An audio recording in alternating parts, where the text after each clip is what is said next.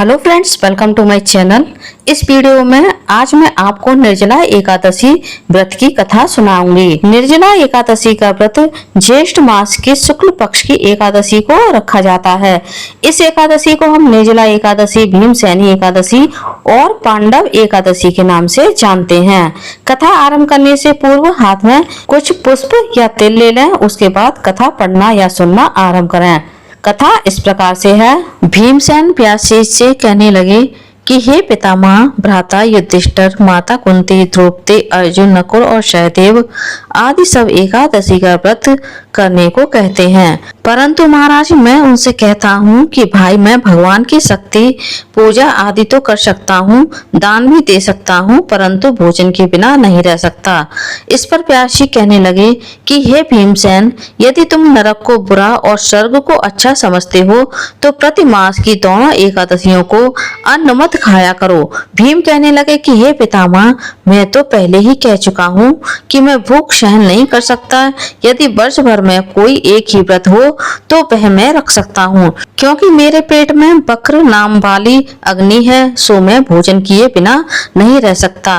भोजन करने से वह शांत रहती है, इसलिए पूरा उपवास तो क्या, एक समय भी बिना भोजन किए रहना कठिन है। अतः आप मुझे कोई ऐसा व्रत बताइए जो वर्ष में केवल एक ही बार करना पड़े और मुझे स्वर्ग की प्राप्ति हो जाए। श्री व्यास जी कहने लगे कि हे पुत्र, बड़े बड़े ऋषियों ने बहुत शास्त्र आदि बनाए हैं, जिनसे बिना धन के थोड़े परिश्रम से ही स्वर्ग की प्राप्ति हो सकती है।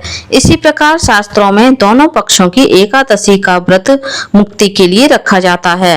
व्यास जी के वचन सुनकर भीमसेन नरक में जाने के नाम से ही भयभीत हो गए और कांपकर कहने लगे कि अब क्या करूं? मास में 2 व्रत तो मैं कर नहीं सकता। हाँ, वर्ष में एक व्रत करने का प्रयत्न अवश्य कर सकता हूँ। अतः वर्ष में एक दिन व्रत करने से यदि मेरी मुक्ति हो जाए तो ऐसा कोई व्रत बताइए। यह सुनकर व्यास जी कहने लगे कि वृषभ और मिथुन की संक्रांति के बीच ज्येष्ठ मास के शुक्ल पक्ष की जो एकादशी आती है उसका नाम निर्जला है। तुम उस एकादशी का व्रत करो। इस एकादशी के व्रत में स्नान और आचमन के सिवा जल वर्जित है। आचमन में 6 मासे से अधिक जल नहीं होना चाहिए, अन्यथा वह मदपान के सदृश हो जाता है। इस दिन भोजन नहीं करना चाहिए, क्योंकि भोजन करने से व्रत नष्ट हो जाता है। यदि एकादशी को सूर्योदय से लेकर द्वादशी के सूर्योदय तक जल ग्रहण न करे तो उसे सारी एकादशियों के व्रत का फल प्राप्त होता है। द्वादशी को सूर्योदय से पहले उठकर स्नान आदि करके ब्राह्मणों को दान आदि देना चाहिए। इसके पश्चात भूखे और शतपात ब्राह्मण को भोजन कराकर फिर आप भोजन कर लेना चाहिए। इसका फल पूरे 1 वर्ष की संपूर्ण एकादशियों के बराबर होता है। व्यास जी कहने लगे कि हे भीमसेन, यह मुझको स्वयं भगवान ने बताया है। इस एकादशी का पुण्य समस्त तीर्थों और दानों से अधिक है। केवल एक दिन मनुष्य निर्जल रहने से पापों से मुक्त हो जाता है।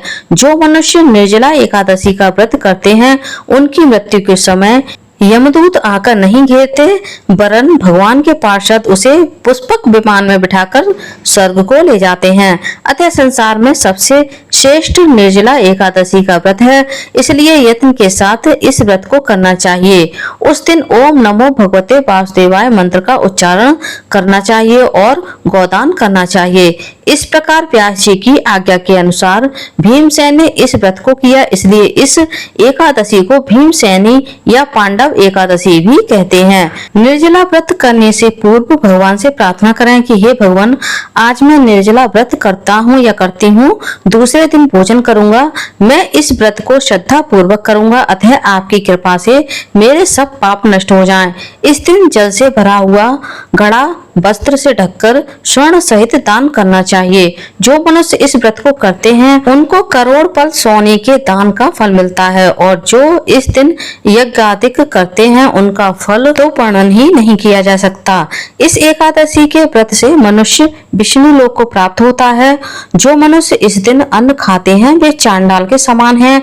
वे अंत में नरक में जाते हैं। जिसने निर्जला एकादशी का व्रत किया है वह चाहे ब्रह्म हत्यारा हो, मदपान करता हो, चोरी की हो या गुरु के साथ द्वेष किया हो, मगर इस व्रत के प्रभाव से स्वर्ग जाता है। हे कुंती पुत्र, जो पुरुष या स्त्री श्रद्धा पूर्वक इस व्रत को करते हैं उन्हें अग्रलिखित कर्म करने चाहिए। प्रथम भगवान का पूजन, फिर गोदान, ब्राह्मणों को मिष्ठान व दक्षिणा देनी चाहिए तथा जल से भरे कलश का दान अवश्य करना चाहिए। निर्जला के दिन अन्न, वस्त्र, उपाहन, जूती आदि का दान भी करना चाहिए। जो मनुष्य भक्ति पूर्वक इस कथा को पढ़ते या सुनते हैं उन्हें निश्चय ही स्वर्ग की प्राप्ति होती है। बोलिए विष्णु भगवान की जय, माता लक्ष्मी की जय। फ्रेंड्स, आप लोगों को मेरा ये वीडियो कैसा लगा कमेंट्स करके जरूर बताइएगा। यदि आप मेरे चैनल पर पहली बार आए हैं तो प्लीज चैनल को सब्सक्राइब कर लीजिए। वीडियो को ज्यादा से ज्यादा लाइक कीजिए, शेयर कीजिए, साथ ही बेल आइकन को प्रेस कर दीजिए ताकि हमारे आने वाली सारी लेटेस्ट वीडियो की नोटिफिकेशन आप लोगों को टाइम से मिल सके। कमेंट्स में श्रीमन नारायण अवश्य लिखिएगा। धन्यवाद फ्रेंड्स। श्रीमन नारायण।